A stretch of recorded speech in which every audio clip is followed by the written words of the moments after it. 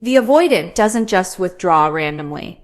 There's a pattern, a rhythm, a carefully orchestrated dance between closeness and distance that keeps their partner perpetually off balance. They pull you in with warmth and possibility, then retreat into coldness and unavailability, only to return again just as you're beginning to let go. This isn't conscious manipulation in most cases. It's an unconscious strategy born from deep fears about intimacy and autonomy. But conscious or not, the effect is the same, a cycle that traps you in endless repetition, always hoping the next warm phase will be permanent, always believing this time will be different. The interest trap is set not through grand gestures, but through carefully timed moments of connection that keep you invested just enough to endure the inevitable withdrawal. Understanding how this trap operates, how it's constructed piece by piece through psychological mechanisms that exploit the brain's reward systems, is the first step toward breaking free from a cycle that can consume years of your life in the endless loop of on and off hope and disappointment, connection and abandonment. The initial pull that creates the baseline. The avoidance interest trap begins with a foundation of genuine connection that feels different from anything you've experienced before. In the early stages, they often show up with intensity, presence, and emotional availability that seems to contradict everything you'll later learn about avoidant attachment. They're attentive, curious, engaged. They ask questions about your life, your thoughts, your experiences. They share pieces of themselves that feel vulnerable and real. They create moments of intimacy that register in your nervous system as safety, as possibility, as the beginning of something meaningful. This initial phase isn't necessarily fake or calculated. For many avoidants, the beginning of a relationship exists in a safe zone where commitment is distant enough that their defenses haven't fully activated. This early connection establishes what psychologists call a baseline, a reference point for what the relationship can be at its best.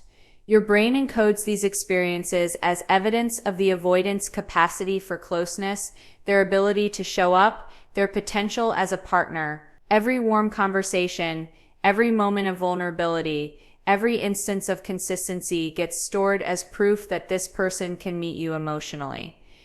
This baseline becomes incredibly important later because it's what you'll compare every subsequent interaction against.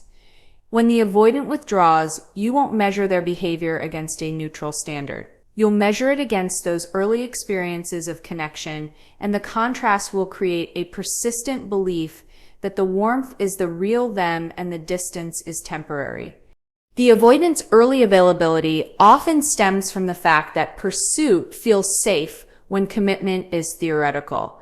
There's no immediate threat to their autonomy, no pressure to maintain consistency, no expectation that this intensity will continue indefinitely. They can be present because presence doesn't yet cost them anything. The relationship exists in a space of potential rather than obligation, and this space allows the avoidant to show up without triggering their core fears about being trapped or consumed.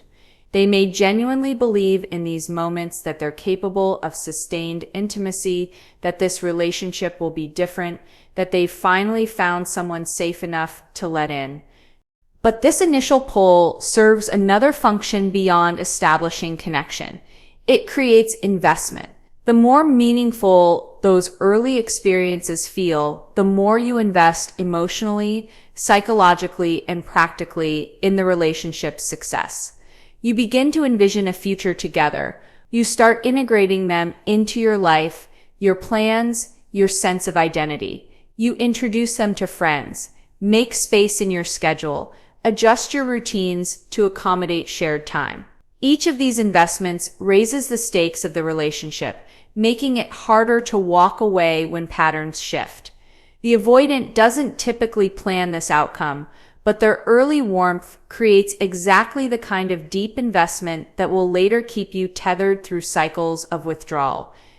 The baseline also establishes a template for hope. When things get difficult, when the avoidant becomes distant or unavailable, you don't immediately recognize it as a fundamental pattern.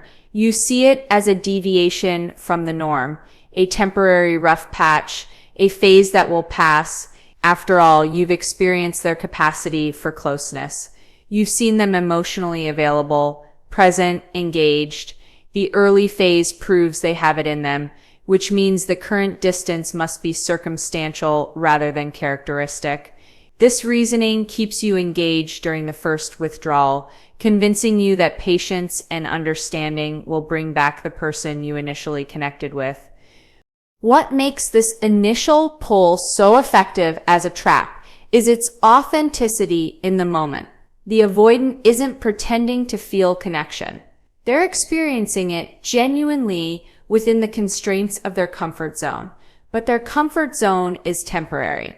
It exists only in the early stages before the relationship demands consistency, before emotional vulnerability becomes expected rather than optional, before their autonomy feels threatened by increasing interdependence. The warmth is real, but it's also unsustainable given their attachment patterns.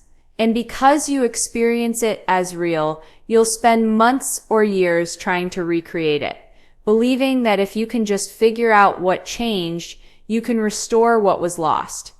The baseline creates a powerful cognitive anchor, even as evidence accumulates that the avoidant's early behavior was an exception rather than the rule. Your brain continues to weight those initial experiences heavily. They were formative. They happened when your guard was down, when you were most open to connection, when the relationship felt full of possibility.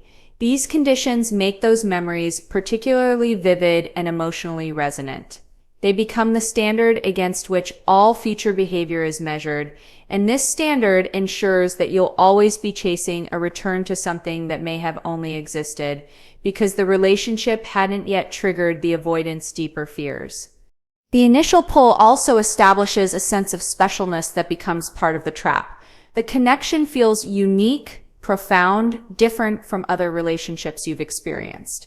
The avoidant may explicitly or implicitly communicate that you're different, that they don't usually open up like this, that something about you makes them feel safe.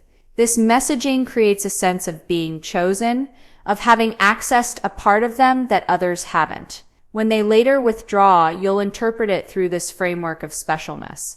You'll believe that if you were special enough to break through their walls initially, you must be special enough to do it again. The problem isn't the relationship. The problem is that something has interfered with your unique connection.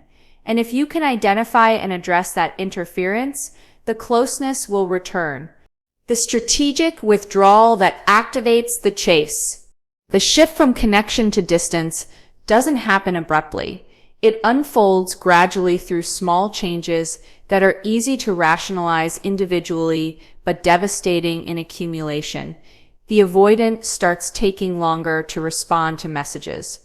Plans become less definite, more subject to last-minute cancellations or changes. Conversations lose depth, staying surface level rather than venturing into emotional territory. Physical affection decreases. Future talk disappears. The easy presence that characterized the early phase gets replaced by a subtle tension, a sense that you're somehow asking for too much, even when you're asking for nothing at all. Each of these changes is minor enough to dismiss, but together they signal a fundamental shift in the avoidant's engagement with the relationship. This withdrawal is strategic, not in the sense of being consciously planned, but in its psychological function. As the relationship progresses and expectations of consistency develop, the avoidant's nervous system begins registering threat. Closeness starts to feel like loss of self. Emotional vulnerability feels like weakness. The relationship begins to feel obligatory rather than optional, and obligation triggers deep fears about being controlled or trapped. The withdrawal serves to reestablish distance, to reassert autonomy, to prove to themselves that they're still independent. It's a recalibration that feels necessary to the avoidant's sense of safety, even as it creates profound insecurity for their partner.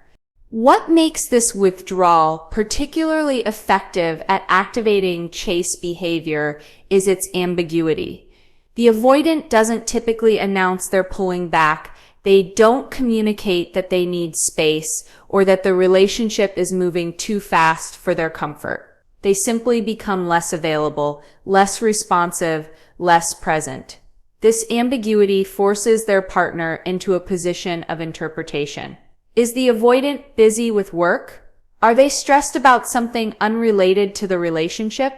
Are they losing interest? Is something wrong? The lack of clear communication creates anxiety, and anxiety drives pursuit. The partner reaches out more, trying to bridge the gap, seeking reassurance, attempting to restore the connection that's quietly slipping away. The withdrawal also creates scarcity, where abundance previously existed.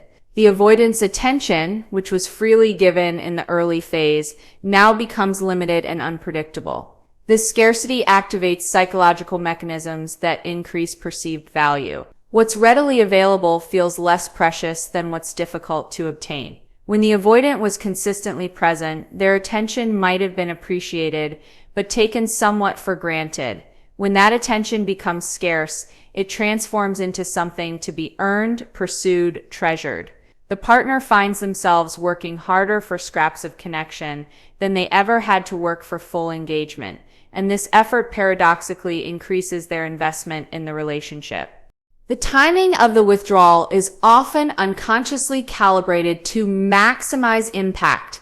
It typically occurs just as the partner is becoming deeply invested, just as they're beginning to rely on the avoidant's presence, just as the relationship is transitioning from casual to serious.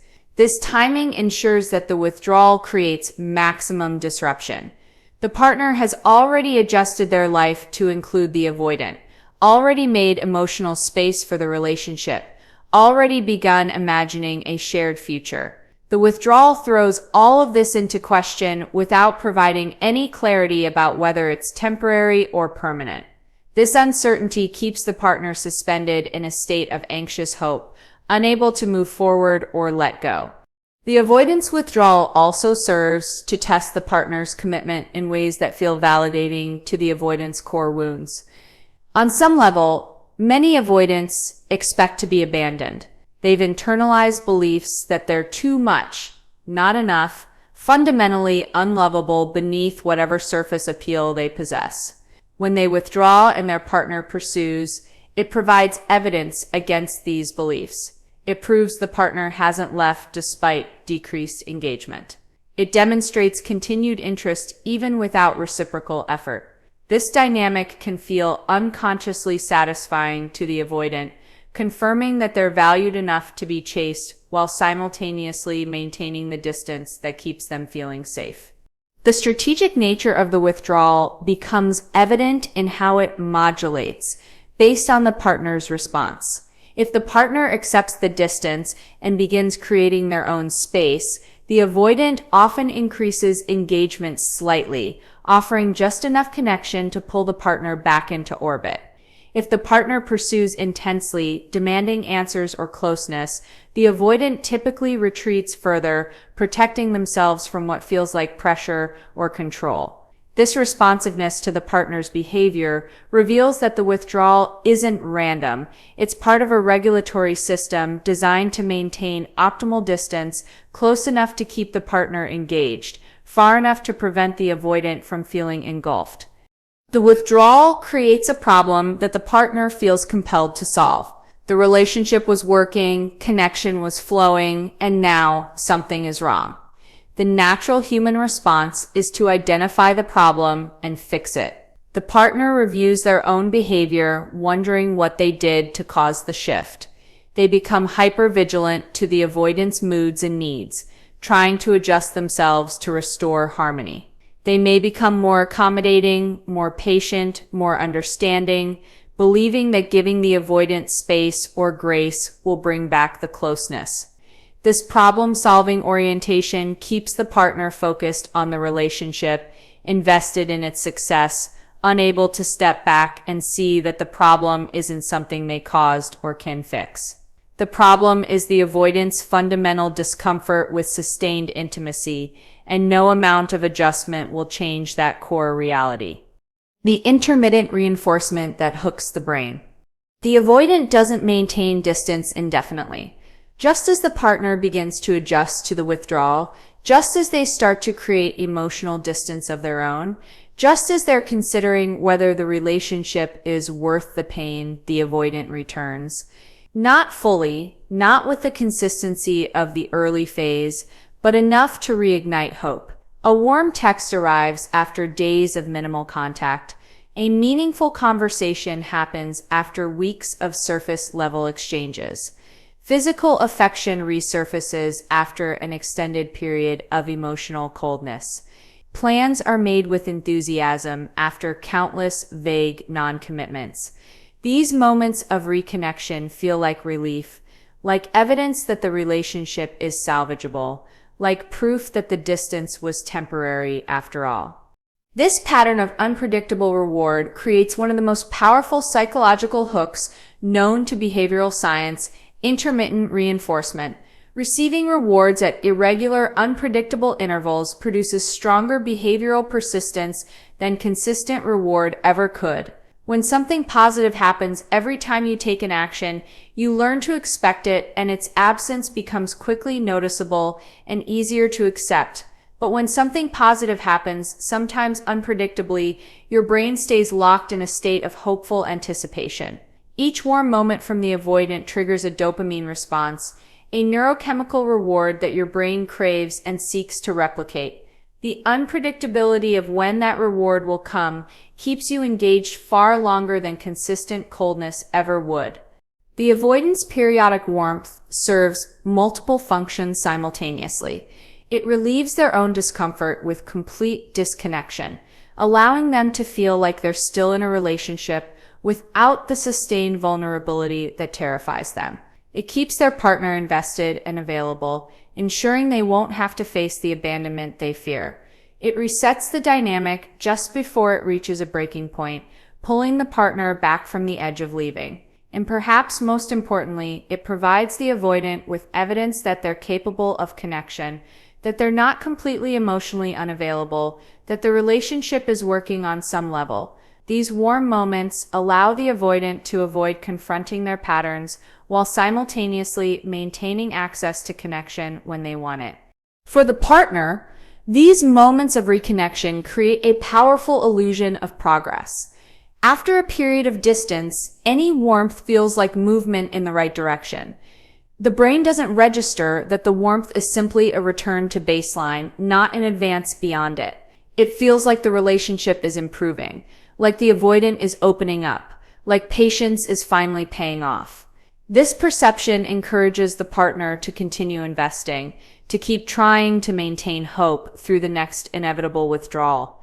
The cycle becomes self-reinforcing. Withdrawal creates pain, reconnection provides relief. And the relief is so powerful after the pain that it overshadows the reality that this pattern will repeat indefinitely. The intermittent nature of the avoidance availability also prevents the partner from developing accurate predictions about the relationship. If the avoidant were consistently distant, the partner could adjust their expectations accordingly. If the avoidant were consistently present, the partner could trust in the relationship's stability. But the unpredictable oscillation between warmth and coldness keeps the partner in a constant state of uncertainty. They never know which version of the avoidant they'll encounter. This uncertainty activates anxiety, and anxiety focuses attention. The partner becomes preoccupied with the relationship, analyzing every interaction for clues about which phase is coming next, trying to identify what triggers the shifts, attempting to maintain the warm phases and prevent the cold ones. The brain's response to intermittent reinforcement helps explain why relationships with avoidance can feel addictive. The unpredictable reward schedule activates the same neural pathways involved in gambling and substance use. There's a constant anticipation of the next hit of connection, the next moment of warmth that will make all the distance worth enduring.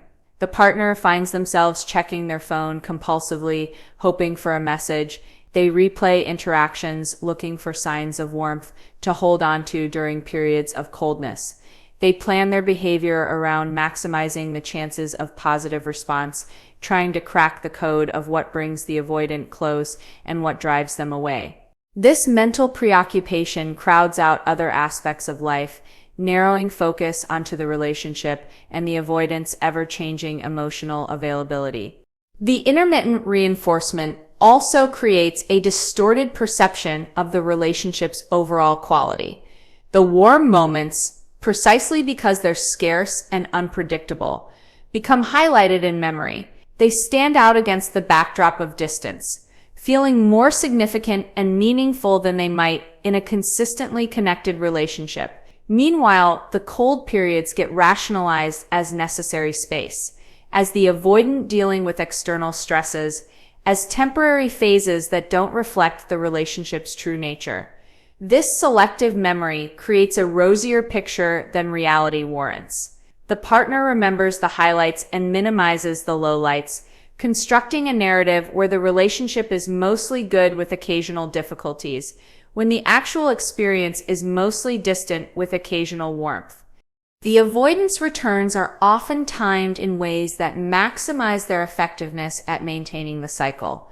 They tend to occur just as the partner is beginning to detach, just as they're starting to invest energy elsewhere, just as they're considering ending the relationship.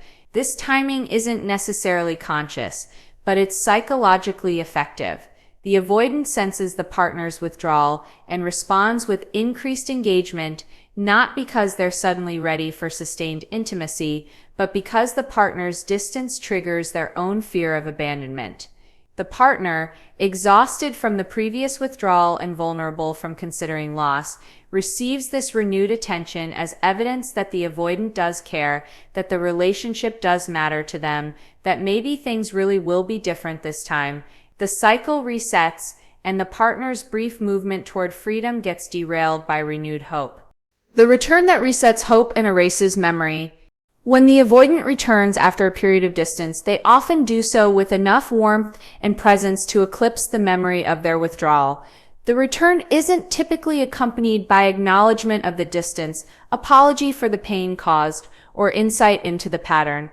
Instead, it manifests as renewed attention, affection, and engagement that feels like coming home after being lost in the cold. The avoidant acts as though no rupture occurred, as though the previous weeks or months of minimal contact were normal, as though the partner's hurt and confusion are overreactions to ordinary fluctuations in a relationship's rhythm. This lack of acknowledgement serves a protective function for the avoidant, allowing them to avoid examining their behavior while simultaneously encouraging the partner to minimize the significance of the withdrawal. The return resets hope in a way that's both powerful and psychologically complex. All the pain of the withdrawal, all the doubt about the relationship's viability, all the questions about whether the avoidant is capable of meeting the partner's needs, these concerns get temporarily shelved in the relief of reconnection. The brain prioritizes the present positive experience over the accumulated negative ones. The warmth feels so good after the coldness, the presence so welcome after the absence, that the partner's critical thinking becomes clouded by emotional relief.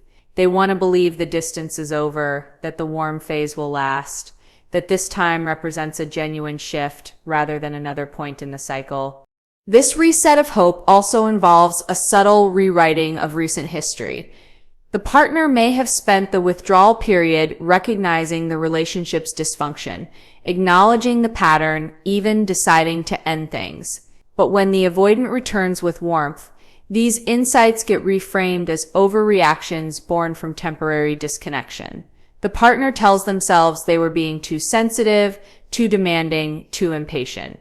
They convince themselves that all relationships have ups and downs, that expecting constant closeness is unrealistic, that the avoidant's need for space is reasonable and healthy. These rationalizations allow the partner to accept the return without requiring the avoidant to change, without addressing the pattern, without establishing boundaries that might prevent future withdrawals.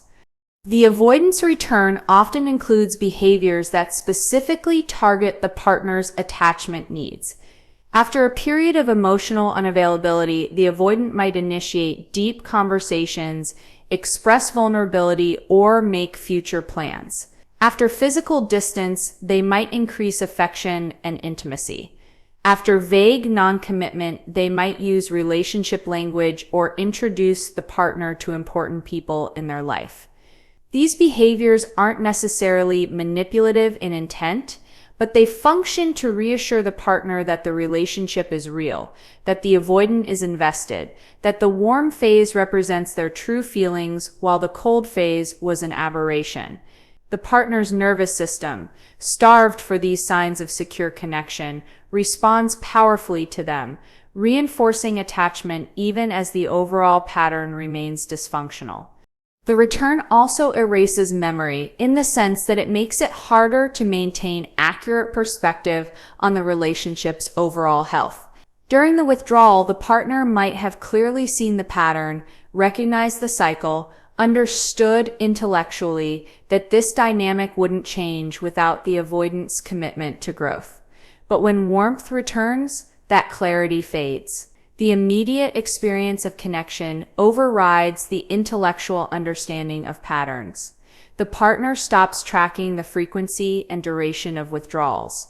They stop noticing that each warm phase is slightly shorter than the last, each cold phase slightly longer. They stop recognizing that the relationship is gradually degrading rather than improving. The return creates a kind of amnesia about the relationship's trajectory. This memory erasure is facilitated by the partner's own desire to believe in the relationship's potential. After investing so much time, energy, and emotion, after enduring multiple cycles of distance and reconnection, after building their life around the relationship, the partner has strong motivation to believe the returns are meaningful and the withdrawals are manageable. Acknowledging the full reality of the pattern would require acknowledging that all that investment might be wasted, that the relationship might be fundamentally incompatible with their needs, that leaving might be necessary. This acknowledgement is painful enough that the brain resists it, preferring instead to focus on the positive moments and maintain hope that the pattern will eventually break. The avoidance return also tends to include just enough change to seem like progress. Maybe they acknowledge that they've been distant, though without examining why or committing to different behavior. Maybe they make a small gesture toward consistency, showing up more reliably for a week or two before the pattern reasserts. Maybe they express awareness of the partner's pain, offering sympathy without taking responsibility. These minimal changes create the impression of movement, of growth, of the avoidant working on their issues. The partner seizes on these changes as evidence that their patience is paying off, that the avoidant is becoming more secure, that the relationship is evolving. They don't yet see that surface-level changes without underlying psychological work are temporary adjustments that will fade as soon as the avoidant's anxiety about closeness resurfaces. The return phase often represents the most confusing part of the cycle because it contains genuine moments of connection mixed with the unresolved patterns that created the withdrawal. The avoidant isn't pretending during the return. They're experiencing real warmth, real desire for connection, real appreciation for their partner. But these feelings exist alongside unchanged fears about intimacy, unexamined attachment wounds, and deeply ingrained protective strategies. The partner experiences the warmth as proof of the avoidant's capacity for relationship, not recognizing that capacity isn't the issue. The avoidant has always been capable of temporary warmth. What they haven't demonstrated is capacity for sustained vulnerability, consistent presence, and the kind of ongoing emotional labor that healthy relationships require. The return showcases the capacity, while obscuring the incapacity, keeping the partner invested in a version of the relationship that exists only in brief, unsustainable bursts. The psychological architecture that makes the cycle self-sustaining. The on-off cycle with an avoidant doesn't require active maintenance once it's established. It becomes a self-perpetuating system where each component reinforces the others, creating a relational structure that's remarkably resistant to change. The architecture of this cycle operates on multiple psychological levels simultaneously, exploiting cognitive biases, attachment needs, and emotional vulnerabilities in ways that make escape feel nearly impossible, even when the dysfunction is clearly visible. Understanding this architecture reveals why the cycle persists, despite causing pain, why intelligent and self-aware people remain trapped in it, and why breaking free requires more than simply recognizing the pattern. The foundation of the self-sustaining system is the sunk cost fallacy, the cognitive bias that makes people continue investing in something because they've already invested so much.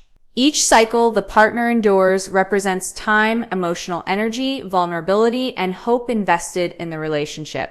Walking away would mean acknowledging that all that investment was wasted, that the pain was pointless, that the relationship will never deliver what was promised in those early warm phases. This acknowledgement feels intolerable, so the partner continues investing, believing that just a little more patience, a little more understanding, a little more accommodation will finally yield the return they've been working toward. Each additional cycle increases the investment, which increases the resistance to leaving, which ensures the cycle continues. The cycle also exploits what psychologists call trauma bonding, where intense negative experiences, followed by intense positive ones, create powerful emotional attachment. The withdrawal creates pain, anxiety, and fear of loss. The return creates relief, joy, and hope. This alternation between negative and positive emotional states produces neurochemical responses that bond the partner to the avoidant more strongly than consistent positive experiences would.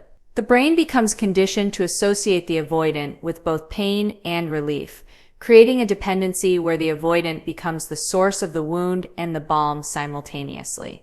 This bonding makes it feel impossible to imagine life without the avoidant, even when life with them is characterized by recurring hurt.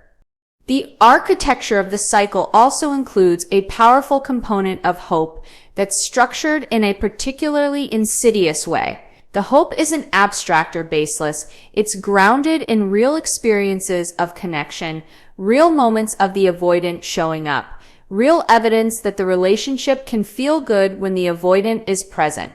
This concrete foundation makes the hope feel rational rather than delusional. The partner isn't hoping for something they've never experienced. They're hoping to return to something they've tasted, something they know is possible because it's already happened. This type of hope is far more durable than fantasy-based hope because it's rooted in memory, and memories of connection remain vivid even as the present reality deteriorates. The cycle's self-sustaining nature is also maintained through the partner's increasing expertise in managing the avoidance patterns. Over time, the partner develops strategies for coping with the withdrawals, techniques for bringing the avoidant back, skills in reading the subtle signs that indicate which phase is approaching. This expertise creates a sense of mastery, a feeling that they're getting better at navigating the relationship, that they're learning what works and what doesn't. This perceived competence reinforces continued engagement because walking away would mean abandoning all that hard-won knowledge. The partner has invested not just emotion, but also cognitive effort in understanding the avoidant, and this understanding feels like it should eventually translate into a functional relationship. The psychological architecture also includes a component of identity fusion, where the partner's sense of self becomes intertwined with the relationship. During the warm phases, the partner experiences themselves as someone who can reach the avoidant, who can create safety for them, who can be patient and understanding enough to help them heal. This identity feels meaningful and valuable. It provides purpose and validates the partner's capacity for love and commitment. Walking away would require abandoning this identity, acknowledging that they couldn't fix the relationship, accepting that their patience and understanding weren't enough. This loss of identity feels like losing a part of themselves, making the cycle feel inescapable because escape requires self-annihilation. The cycle's durability is further reinforced by social and cultural narratives about love and relationships. The partner is often encouraged by others to be patient, to give the avoidant space, to understand that everyone has different timelines for emotional availability. These messages validate the partner's continued investment in the cycle, framing their endurance as virtue rather than self-abandonment. Cultural narratives about true love requiring sacrifice, about real relationships needing work, about commitment meaning persistence through difficulty, all of these messages support staying in the cycle rather than leaving it. The partner can tell themselves they're being loyal, dedicated, mature, understanding, rather than recognizing they're accepting treatment that violates their fundamental needs. The self-sustaining nature of the cycle also involves the avoidant's own patterns, reinforcing the partner's behavior in ways neither party consciously recognizes. When the partner pursues during withdrawals, it confirms the avoidant's belief that they're wanted despite their unavailability, which reduces any internal pressure to change. When the partner accepts the returns without requiring acknowledgement or repair, it teaches the avoidant that the cycle is tolerable to their partner, that no real consequences follow from withdrawal. When the partner adjusts their expectations downward with each cycle, it normalizes dysfunction and makes the avoidant's limited capacity seem acceptable. The partner's accommodations, meant to create safety and encourage the avoidant to stay close, actually enable the avoidant to continue their patterns without facing the natural consequences that might motivate growth. The psychological architecture also includes what's known as the contrast effect, where experiences are judged relative to what came immediately before rather than against an objective standard. After a period of withdrawal, even minimal warmth feels significant. A text message feels like a grand romantic gesture. A few hours of quality time feels like deep connection. Basic emotional availability feels like profound intimacy. The contrast between the cold phase and any warmth makes the warmth feel more valuable than it objectively is. The partner isn't comparing the avoidance behavior to what a healthy relationship would provide consistently. They're comparing it to the recent withdrawal, and against that low baseline, anything positive feels like abundance. This perceptual distortion keeps the partner satisfied with scraps because scraps feel like feasts when you've been starving. The cycle's self-perpetuation is also maintained through the gradual normalization of dysfunction. The first withdrawal might have felt shocking, unacceptable relationship ending. But after multiple cycles, withdrawal becomes expected, familiar, just another phase to weather. The partner's baseline for what's tolerable shifts dramatically over time. Behaviors that would have been immediate deal breakers early in the relationship become manageable annoyances in the established cycle. This normalization happens so gradually that the partner doesn't notice how far their standards have fallen, how much they've accommodated, how thoroughly they've accepted patterns that contradict their own values and needs. The frog in slowly heating water doesn't jump out because the temperature changes too gradually to trigger alarm. The architecture of the cycle includes one final self-sustaining element, the partial truth in the avoidant's explanations for their behavior. When the avoidant attributes their withdrawal to work stress, family issues, health concerns, or other external factors, there's often some truth to these explanations. The avoidant is stressed, is dealing with challenges, is overwhelmed, but these external factors aren't the root cause of the withdrawal. They're triggers that activate the avoidant's deeper patterns around intimacy and autonomy. The partner, hearing explanations that contain factual elements, accepts them as complete accounts rather than recognizing them as partial truths that obscure the underlying attachment dynamics. This acceptance of surface explanations prevents the deeper examination that might reveal the relationship's fundamental incompatibility, allowing the cycle to continue unchallenged because its true nature remains hidden beneath plausible-sounding justifications. The self-sustaining cycle operates like a closed system where every element supports every other element. The sunk costs make leaving feel wasteful. The trauma bonding makes the avoidant feel essential. The hope grounded in real experience makes change feel possible. The expertise in managing the pattern makes competence feel achievable. The identity fusion makes staying feel necessary for selfhood. The cultural validation makes endurance feel virtuous. The avoidance positive responses to accommodation make the strategy feel effective. The contrast effect makes minimal effort feel sufficient. The normalization makes dysfunction feel acceptable. And the partial truths make the pattern feel circumstantial rather than fundamental. These elements interlock to create a psychological prison where the bars are invisible, where the door appears open, but somehow remains impossible to walk through, where freedom requires dismantling not just the relationship, but the entire framework of beliefs, hopes, and strategies that have been constructed around it. Breaking this cycle demands more than recognizing its existence. It requires a willingness to abandon the investment, challenge the hope, reject the expertise, reconstruct the identity, question the cultural narratives, stop the accommodations, recalibrate the standards, face the normalized dysfunction, and see through the partial truths. This comprehensive dismantling feels overwhelming, which is precisely why the cycle sustains itself so effectively, keeping people trapped for months or years in a pattern that promises eventual resolution while delivering only endless repetition.